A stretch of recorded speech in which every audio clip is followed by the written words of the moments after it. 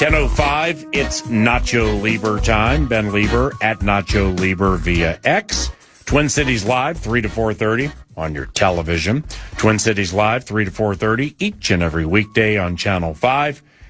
Coming up today on Twin Cities Live, dissecting the art and importance of hand signals for a three-man booth, calling preseason games. Are signals best, or perhaps it's the gentle shove? That's next on Twin Cities Live. Good morning, Ben. Good morning, PA. I think it's going to be more of the gentle side squeeze. Yeah, you can be squeezing Pete, not me. No, I can. I will reach around him and squeeze your sides. Who leads the with the right to change the opinion? Who leads the Vikings in receiving touchdowns this year, and why? Oh, good question. Receiving touchdowns. Okay, well, I'm going to go through this as a process of deduction. I think, obviously, Justin Jefferson's going to get a lot of bracketed coverage down there in the red zone. I'm going to have to go with Jordan Addison. I think that's that's maybe just the logical number two there. Mm-hmm. So maybe it's too obvious, but I'm going to go Jordan. Okay. Now, Jalen Naylor had 4 receiving touchdowns last year. Jawan Jennings has had like 16 the last 2. Do you believe Jennings will have more receiving touchdowns than Naylor had last year? And if so, why?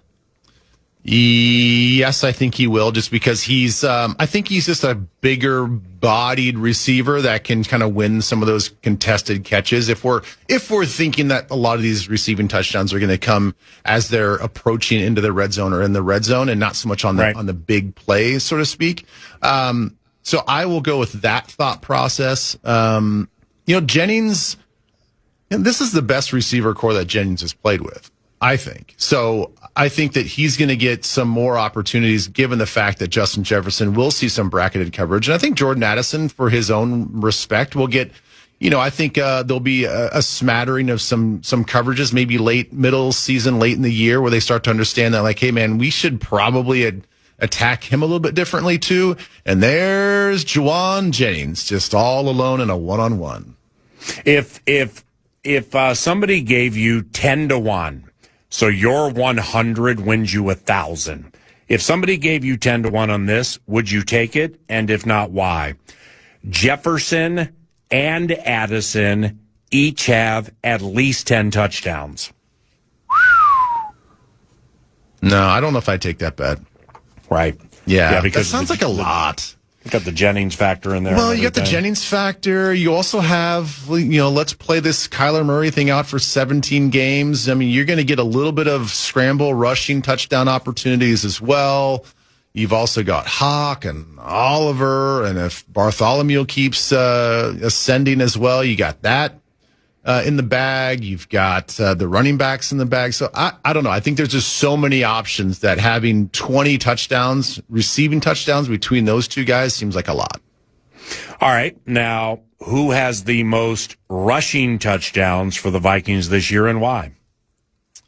I think it's going to be, I think Jordan Mason will get a bulk of those carries down there in the tough, sort of short yardage goal line area. And it's not to say that every single one's going to be down in that area. But like inside the 5, maybe? Inside the 5-ish. Yeah, I'll go with Jordan Mason on that one.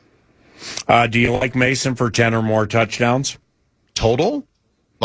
For everything? Yeah, receiving and rushing? Well, yeah. I mean, he has 0 receiving touchdowns in his career. But no, I think that's too many. Now, when it comes to Kyler Murray, I'm not going to ask you to put a number on him. Say he's played 17 games once in his career, had 11 touchdowns in his second year, but then it precipitously decreased as he went on, had 1 last year in 5 games. When it comes to Kyler running 4 touchdowns, where do you envision those coming from? Like we were talking about it earlier, and I'm like, if he's going to run for touchdowns, I see it between like the 15 and the 25, like around there. What do you think? I actually put it a little bit closer. What do they put? What's KOC call it? The high red zone? Is that like the kind of the 10 and going in? I would say more like the 10-yard line going in. And I think that there's going to be actually some true quarterback run game in that mix, not just scramble buying time. Guys are covered. I'm just going to go ahead and make a play. I think there's going to be some actual quarterback run game mixed in there. So I'm going to say more the high red zone. Okay, now remember the McCarthy touchdown at Dallas on Sunday Night Football, the keeper. So when you get down to the one and you have Kyler Murray and you set things up a certain way where the defense has to wonder, all right, are you going to loop it up there to Juwan Jennings? Are you going to give it to Mason between the tackles? Or is Kyler going to keep? Is Kyler going to, hide the ball? And then the defense flows one way, like in that Dallas game, and Kyler saunters in untouched. With Kyler Murray as your quarterback, do you think it's possible to get many of those, given everybody knows he can run? Yeah, I think so, for sure. I mean, I'm not sure that you need to show it right away, but I think if we just talked about all of the different weapons that we're going to have down there, and you throw in a bunch of different personnel groupings. You go jumbo in there every once in a while, and you pack the guys in there, which forces the defense to get packed down. And then, by game 3 or 4, you throw in a little quarterback keeper, a little boot around there, and it's going to be wide open. And then after that, once you put it on tape, then everybody's kind of second guessing everything. I mean, you start mixing that in with all the tight end shots and trying to get the ball to fit the ball into Justin Jefferson and all the other guys and running backs out of the backfield. I think there's this, as you know, it's a short area. There's so many things that can happen. You hesitate for one little bit, one little hiccup, and he's loose out on the edge. So, yeah, I think it's definitely in play, and I think they'll show it somewhat early in the season. Hey, Ben. Down with that Norge. I'm in full Rube mode right now, and PA and I were talking about this yesterday. A bit of Kyler Murray, the way we speak of him, and as we were talking just now about rush ability, low red, high red, wherever. There's a projection. We're thinking about what could be with Kyler in this offense. So I'm a Rube in August, and I'm just kind of excited about it. But can you go back in time a bit and look at it from the other end? How did we defend Kyler Murray? Because right now we're talking about, again, all the potential things that this uber athletic cat can do. Earlier, PA and I were chatting about footwork and how he can enhance his game despite maybe the height disparaging, the 5'10". How did we defend him? How did we force him into arm punts? How did we avoid getting burned by the improvisation? Can you go back in time and just kind of think about how we battled against this cat? If I can recall, and now that you said that, I will correct myself, clean up on aisle 4. I say high red zone. I think I mean low red zone. Right? Yeah. Low red is inside the 10. Low red is inside the 10. So excuse me for that. Clean up on aisle 4.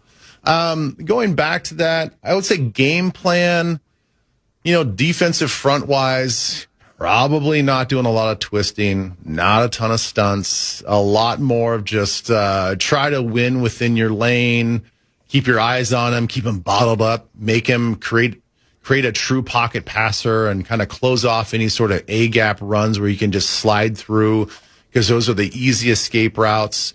So I would say mitigate and manage how many times you loop, twist, stunt. And then, if you're going to throw in some man-to-man situations, of course, throw a spy in there. If there's an Eric Wilson out there or Blake Cashman out there in those situations, I mean, certainly probably going to see it against Chicago in the way that they like to use him. So I would say, the front obviously has to keep the rush lanes pure, and then certain situations, and I wouldn't say all situations, and it's certainly, now if I'm a defense looking at the way Kyler plays now, I wouldn't think that he's going to run a ton. He's going to scramble around and kind of stay behind the line of scrimmage and wait for something open downfield to make a play using his arm versus using his legs. So I don't know if I would spy him all that much. I might throw it in the mix every once in a while, but there are occasions where I think you keep a free linebacker just in case he breaks the pocket. With Kyler against Brian Flores' defense, he's gone against it 3 times. Once when Flores was head coach of the Dolphins, but twice with the Vikings. And he's 0-2, lost once by a point, the other by I think it was 7 or 8 points. In those 2 games, Murray went for 580 yards. I mean, he had a 300, in a close game, he had a 300 some odd yard game, against Flores defense. So, I don't, the question was, what do you do against Kyler or how do you handle it? And I can't vividly remember what went into those games. But Kyler went for 326 one game, 260 another. Kyler did not come into games against the Vikings fearing Brian Flores' defense. Know what I mean? Yeah, I know what you mean. I mean, the thing is, as we've seen with our own defense, if you can get things blocked up on some of our pressures, there are voids in the field, mainly in that intermediate between the hashes. So, again, didn't watch those games, don't know how it all happened. But definitely, if you can get your offensive line, you can get your running backs and tight ends to block those guys up, and you give any quarterback some time against our defense. We know that our defense is not perfect. It has its vulnerabilities. It has its areas of weaknesses. But when we're good, we're really good. You better watch out. But it doesn't surprise me that he had some success. Wait, cleanup aisle 4, Covenant cleanup. What? 2022 defense, Donatel. So Flores defense twice, once here, once when Brian was with Miami. But against the Vikings in his last 2 games, he's gone for 580, including 326 or something against the team in 2022. We with Vikes Bites an hour ago, we played some J.J. McCarthy sound bites. He spoke to the assembled media yesterday, which is the conduit to the public. And read between the lines on this, or just massage your elite football mind. When McCarthy says, regarding Kyler as the starting quarterback, a decision was made that Kyler's going to start, you're going to be the 2. And McCarthy said the decision was out of his control. I can't wrap my arms around that. What about you? In what sense? Why don't why can't you wrap your arms around it? In what way? I mean, that you're either insinuating you never had a chance to win and it completely was in somebody else's control, no matter how well you played, or you it's in your control if you show up with the new guy here and you outplay him.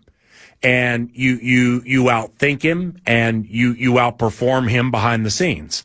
So if it truly, the way I put it to Nordo in a horse race like fashion, if it truly was a race and you're each in a stall, the stall doors open at the same time, and you're racing on the same track, if everything is equal in this equation, well, then losing actually was in your control unless somebody made a bad decision. Well, I think you just answered your own question. If this is a horse race or a boxing match, every one of those athletes have something in their control. When you include arbitration, subjectiveness, and other people's decisions, it is out of your control. I mean, he could have been 20 for 20 every practice and 3 touchdowns. He ultimately can't make the decision to start himself. So it comes down to a group of evaluators, and that includes coaches and front office people that look at the totality of all your stats, the way that you get in and out of the huddle, the way that you understand the defense and the offense, and the way that you process all the information and make those said decisions. So he's correct. I mean, I don't think that there's no shade being thrown by him at least according to me. It's like, he understands that this is largely a decision that's out of his control. Yes, you have power to control your performance on each and every day and how you approach things.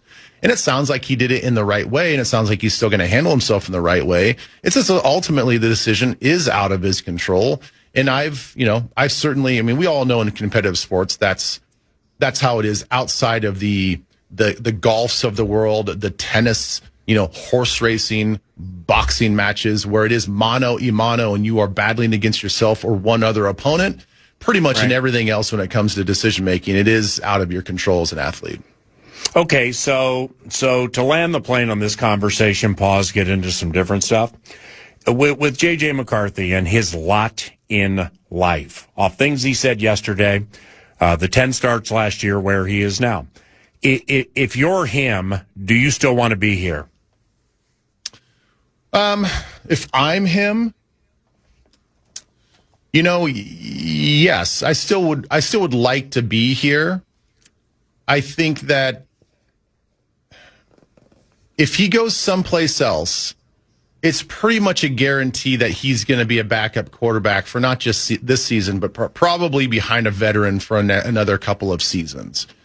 In this situation, this might give him the longest runway to sort of right his career here with the Vikings and get another opportunity. If Kyler Murray goes out there and just absolutely blows up and has a great season, what is the Vikings' appetite for paying another high-priced quarterback? And is this something Nolan Teasley wants to do, is to tie his tenure with Kyler Murray, who's essentially not even his pick?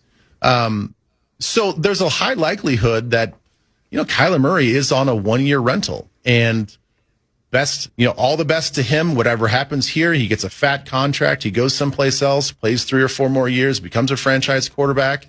I feel like if I'm J.J. McCarthy, I have a really good opportunity to once again sort of learn behind another veteran, learn how it's done sort of off the field. If he had some maturity issues to kind of work out and work through, maybe he does that in this season, and he gets another opportunity with potentially 2 years left on this rookie contract to prove to this organization that they made the right pick in him, that he can be a franchise quarterback. So I think maybe his best opportunities is just to stay here.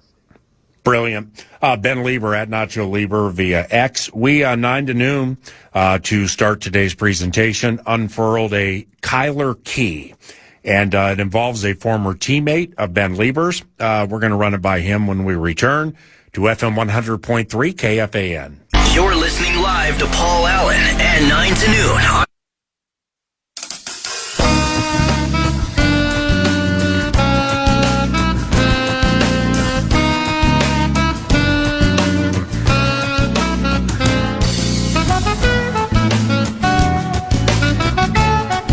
Ben, how many years did you play with Drew Brees? Just one? Oh, no. Drew and I were together for all 4 of my years there.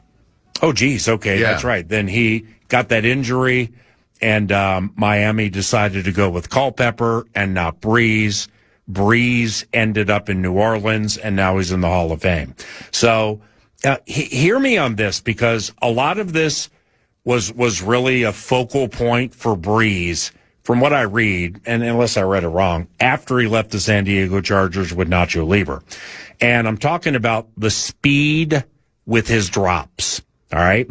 Where he's 6 feet, but, I mean, a lot of people say he's 5'11". Kyler's 5'10 and a half. A lot of people say he's 5'10". Who cares? They're both diminutive quarterbacks. So I just yesterday started to visualize Brees from under center and how fast he would get back on a 7-step drop. So you got the 3s and the 5s, which are more bam, bam, bam, pop, bam, bam, bam, bam, bam, pop. But Brees, in essence, sprinting back on that 7-step drop because he's diminutive, to be able to get a jump on the defensive linemen doing their things and find lanes. So, do you remember how important it was to Drew Brees to get back on those 7-step drops as fast as any quarterback in the history of the NFL? And is that how important is that for Kyler? Because I think it's a key. Yeah, I mean, I know when I was there, his height was a little bit of an issue. They talked about it, and it was, he got some footballs batted down at the line of scrimmage at times. And so from that aspect, I know that they worked, really hard on him, just like gaining some distance, not just from evaluating what the defense is doing, but also just to gain some distance so he could get some loft on the football. You got to remember, he was basically taking over for Doug Flutie, who was shorter than him. And so they had some experience, I think, just within the organization of dealing with some shorter quarterbacks. But Yeah, I think it was important for him. I mean, the thing is, with Drew, that guy, when you're around him, you understand why he's a Hall of Famer. And, I know the book is still to be written on a guy like Kyler Murray, but Drew, his brain just works differently. I mean, he's kind of a savant. And, he really, I think when he really took off is not only just physically, but when he started to really understand the game and the game slowed down for him, I mean, he was just masterful at understanding and diagnosing defenses, understanding what the offense is trying to do, throwing with anticipation. All of those things help when you are, I think, a little bit limited when it comes to your physicality. If you can locate and you can be a step ahead in the thought process and get the ball out in a proactive manner as opposed to a reactive manner, and in anticipating, that was huge for him. It'll be, that's the one thing that I did recognize at the very first practice that I went to with the Vikings here about a week and change ago was, how quick Kyler can just get to the top of his drop.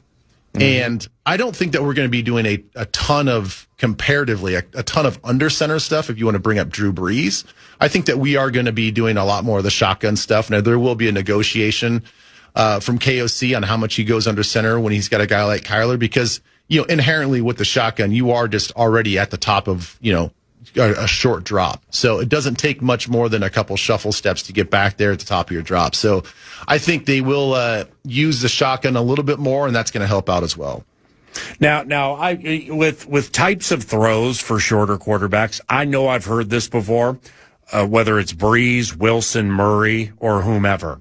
The backside throw is for, and maybe I'm not saying it right, and if I'm not, we'll move on. But help me with this and explain this for me. So a shorter quarterback not getting to the top of the drop quickly enough really hinders them on backside throws. What does that mean? Well, I wish I could really tell you. I mean, I can't claim to be a football or a quarterback guru and understand. Define a backside throw. Well, I mean, it's any time. Let's say for a right-handed quarterback, primarily a lot of your reads are going to be on the right side of the offense, and a backside throw usually is just anything on the weak side part of the offense. Got it.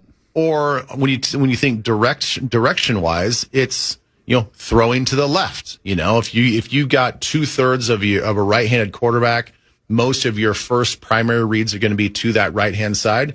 Then it says anything away from the primary 1-2 first two reads, anything like that on the other side is a backside throw. So it can be, for a right-handed quarterback, a backside throw could be on the right side of the offense if everything was designed to go the left in the first place. Now, it without really knowing what the offense is per play, it's hard to know truly what the backside is. Right. Ben Leber at Nacho Leber via X. Watch him on TV each and every weekday, Channel 5, 3 to 4:30. It's called Twin Cities Live. Very good show. The New York Giants have a rookie fullback named Grant Finley. All right, undrafted, okay. Backs up Patrick Ricard. He played all 4 years in college on the defensive line. So, I think he has 3 runs in his collegiate career. But he's full-time fullback guy with John Harbaugh's team. Here's the question. Did anybody ever try to change your position at any stage, like from college up to the pros? From college up to the pros. I mean, in a sense, nothing dramatic like that, like going from defense to just fullback. No, but I had to change positions when it comes to what the linebackers were doing, So chronologically in college, I was mostly an on the ball linebacker. We played a true under front. Won't get into all the specifics, but basically I was on the outside shade of the tight end, what we called a 9 technique. So I was kind of most of the time, 2/3 of the time, lined up against the tight end, and we were battling one-on-one kind of the whole game. I was a kind of a poor man's defensive end in college. And then I kind of migrated to an off the ball linebacker as well in some of the nickel packages. And then when I got to the league, I was definitely just true a weak side 4-3 outside linebacker playing what we call the bubble backer on the backside. So I played over that exposed B gap on the backside of the formation. And then when Wade Phillips came in, he ran a true 3-4, much like we see right now with B flow. Now different scheme, but same setup. So then I was just basically your Van Ginkel. I was the outside linebacker on the line of scrimmage. I'd drop in coverage at times. And I did so well at that spot, they drafted Sean Merriman in the first round to take that spot. So it tells you, how well I adapted to that position and my skill sets as an outside rusher. So then when I came here with Mike Tomlin, I was kind of back into that bubble backer spot, weak side B gap, off the ball linebacker. So my role changed quite a bit, and if I was better as a true edge pass rusher, that was the position I loved the most. It's just the position didn't love me back. I got to ask. Oh, go ahead. Oh, I'm sorry, but I did want to ask, kind of dovetailing off that. You come to Minnesota, your role changes a bit. Do you look back on the time and what you did in Minnesota, like being proud of, that role change and evolution? It's like the Merriman thing, and it didn't, end maybe the best way that you would have dreamt it to be.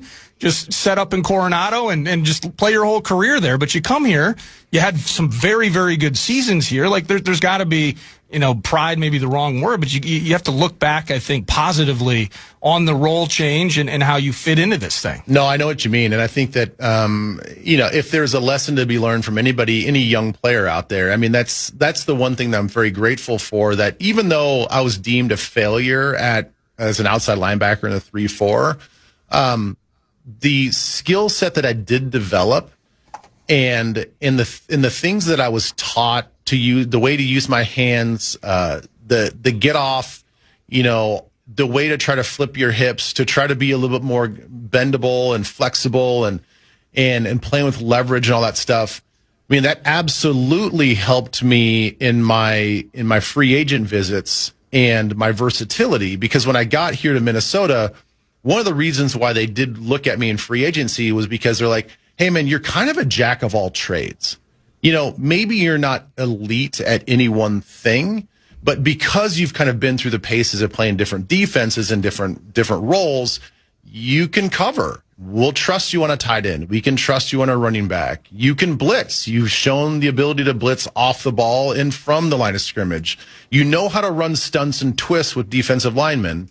And so you've also had experience of being a true off-the-ball run defender as well. So, maybe I didn't do everything great, but they could use me in a variety of ways. So I try to tell a lot of young players, too, now, is like, be as versatile as possible. Like, if you think that you're a cornerback and you're just a boundary side corner, well, test yourself to be a field corner. Test yourself to be a nickel corner.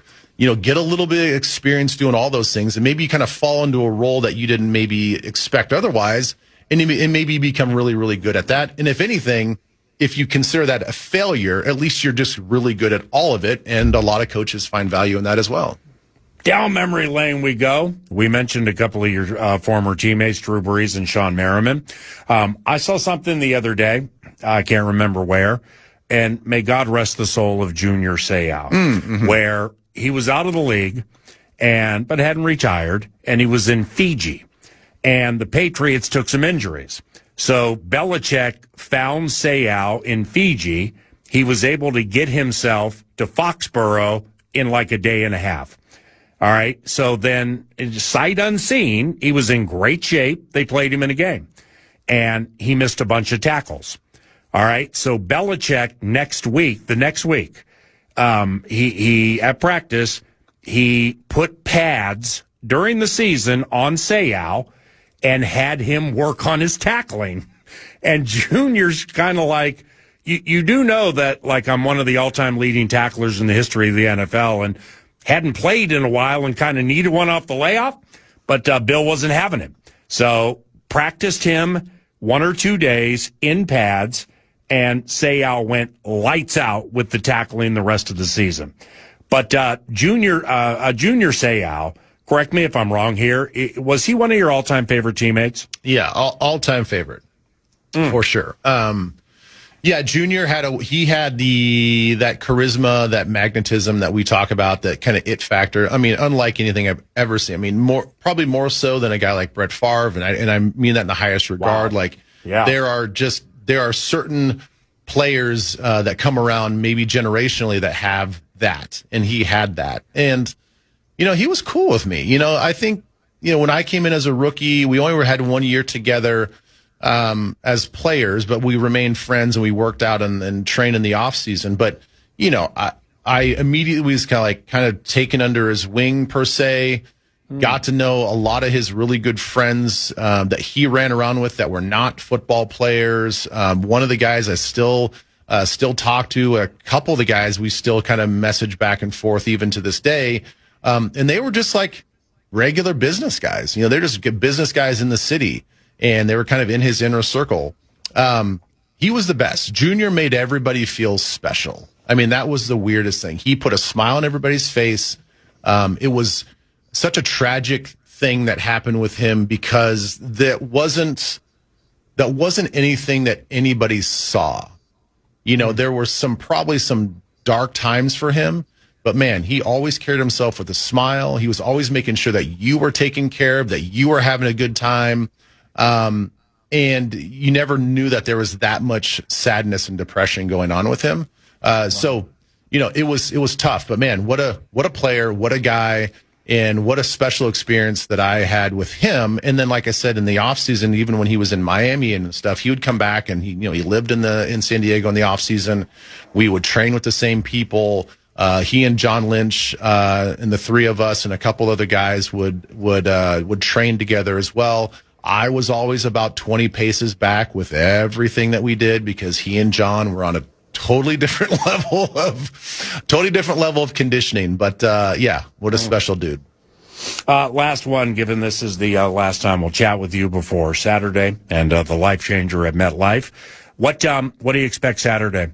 O'Connell has said Murray and McCarthy both will play. He said the other day at his press conference, everybody will play. We'll see about that. I'm just not sure about Darrisaw, O'Neal, Van Ginkel, Jefferson, but that we'll figure that out sooner than later. But overall, just what are you looking for Saturday night at MetLife, Saturday afternoon at MetLife? I definitely want to see Kyler go out there and play. I don't know how long, obviously, he's going to play, but let's just say it's going to be the first quarter. I'm excited to see the way the offense sort of operates with him at the helm. I do want to see, what this run game looks like. I want to see if this offensive line is consistently, even if like Darrisaw and O'Neal are not playing. I think, Vandermark and whoever else is out there, I think that they should take this new attitude, because it sounds like more than anything else outside of just the scheme, it sounds like there's an attitude shift with all of that whole room. So I want to see how that plays out. I want to see our guy Dallas Turner too. I kind of just want to see, and I know pass rushers they're tricky, right? If they're playing a quarter or a half, it's not exactly how they want to set up their game. You want to see them kind of set things up in the first half and then really go crazy in the second half with some of the things that they've set up in the first half. So I know we're not going to get the full complement, but I'm excited to see what Dallas Turner can do out there in the run and the pass game. Thanks, my brother. Have a great day. Do a good job on the TV. I know you will. Yeah, appreciate it, man. Can't wait for us. See you on the plane tomorrow, bud. Yes, sir. Ben Leber at Nacho Leber via X. Don't forget, Channel 5 each and every weekday, 3 to 4:30, Twin Cities Live with our beloved brother, Ben Leber. News du Nord's around the corner. Then Alec Lewis of The Athletic joins in studio at 11. This is why, during football season, you have got to listen live. The Vikings have named Kyler.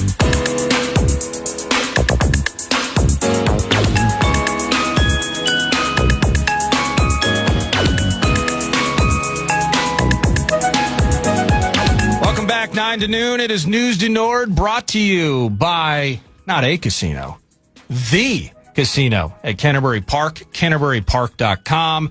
Poker, blackjack, and table games all year round. CanterburyPark.com for racing schedules, fun. I mean, Thursday night, PA, you can tell me, is it $2 admission, $2 dogs, $2 buds, and $3 for Dave's Faves, and call it a Thursday night at Canterbury?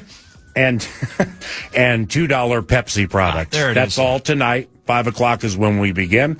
Got all those $2 specials. The crowds are younger on average on Thursdays, and the crowds continue to grow. CanterburyPark.com. Thank you for that. Yeah, the Minnesota Twins, they meatloaf the Baltimore Orioles. You dig that? They win 7-5, and now they're technically hosting the Phillies PA, but I believe they're doing it.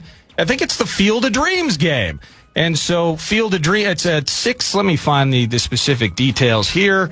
It is at 6:30 p.m. You can watch it on Netflix, the Minnesota Twins and the Philadelphia Phillies in the Field of Dreams game down in Iowa.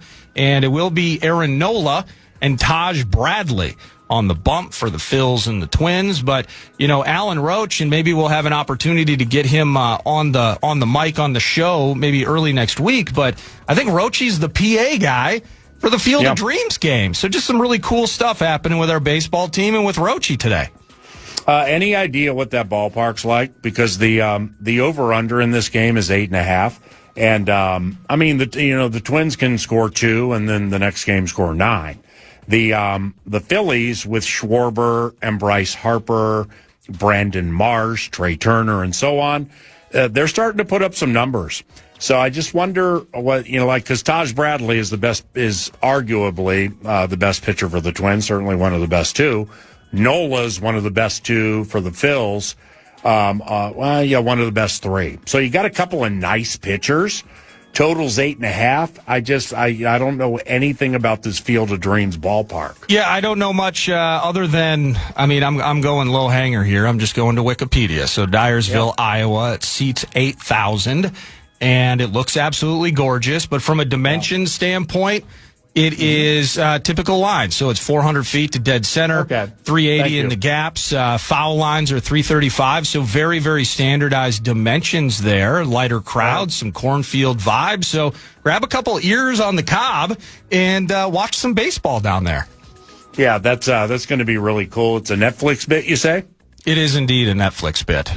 Right on. All right. Go team. Go team. How about this? This is kind of interesting news. So an attorney representing the Washington Commanders quarterback Jaden Daniels. And we know Jaden and some health issues last year, got injured. Let's hope he's healthy. And the Commanders and Durante Jones just have the funnest year ever. Go Commandos. But an attorney representing Jaden has informed Louisiana State University, PA, that it can no longer use his name, image, and likeness, according to a letter sent to the athletic director. And in addition to it, there's some frustration because the LSU Tigers are allowing sophomore corner DJ Pickett to wear the number 5 jersey that Daniels wore, of course, when he won that Heisman Trophy in 2023. Now, people can remind me, maybe I'm wrong, I don't exactly remember Jaden Daniels hoisting a national championship trophy.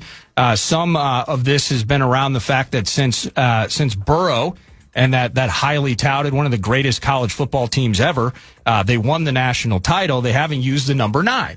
Oh, okay. Well, Jaden did indeed win the Heisman, but apparently people in his camp, and I think his mom might be his agent too, that they're frustrated that LSU may be still making money off of Jaden Daniels, his name, but they're also giving his jersey to a sophomore corner, and they're sour about it. Wow. Holy cow. That has some pettiness to it. It's how deep in the weeds do you need to get when you're making what you're making in the NFL, and you're going to make a lot more.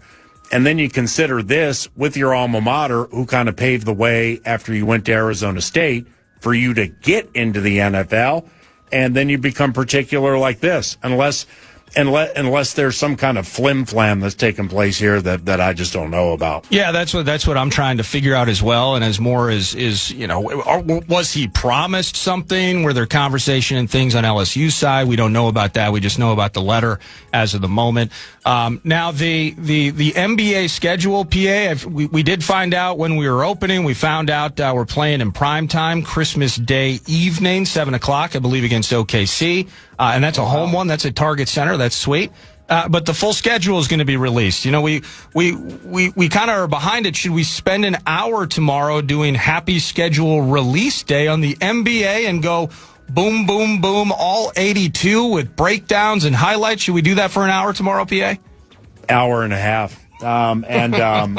So the Howl opens with the Heat, right? I believe it's yes, and so we'll get to see Giannis for the first time as a member of Miami Heat. And those Christmas games that you mentioned, I think, Christmas is about the birth of Christ at the essence of it. But outside of that, you have gifts and you have families getting together with big meals and you have sports on TV. The correct me if I'm wrong here, but the NFL has games that day too, right?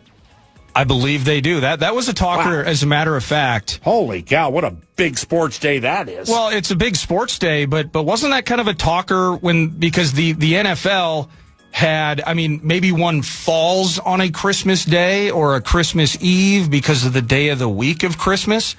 But it was, 3-4 years ago? The NBA had built up kind of a culture standard on Christmas Day, open your presents, family vibe, the whole thing, go to church. But you're going to have an NBA slate on Christmas Day, and that's kind of their real estate, and the NFL gets everything else. I do believe that the NFL has begun making Christmas Day a massive part of their conversation as well. Yeah, and I got it here. You do? Okay, I was filibustering to find the games. Packers at Bears, noon on Netflix. Bills at Denver, 3:30, Netflix. Rams at Champion Chickens, 7:15 on Fox. Yeah, wow. Come on with that. The NFL is just spitting on the NBA, and there's really good games on Christmas Day for hoops as well. But you hit them with a border battle of a different variety. Jeez. I think that's a rematch of a playoff game, isn't it? Bills and Denver. I'm trying to remember, but yeah, divisional round. Yeah, okay, and then you hit us with Rams and Seahawks. That's just I don't know, and I'll channel flip. But if it's going to be tough balancing those two and the Howl and everybody playing on Christmas Day. Unbelievable. The NFL just continues to crush people. And Ava and Stella and the smiling, crying baby, where Christmas is going to start to become more significant the older she gets. Yeah. No, it's going to be a busy slate for all of us on that particular Friday. That's News to Nord, brought to you by The Casino at Canterbury Park. Our 11 o'clock guest is in the building, PA. Yep, Alec Lewis did it again. Came through for 9 to noon again. Find out what that means when we return to FM 100.3 KFAN. This is PA on iHeartRadio and KFAN The Fan. Guaranteed human. From the 1-800-ASK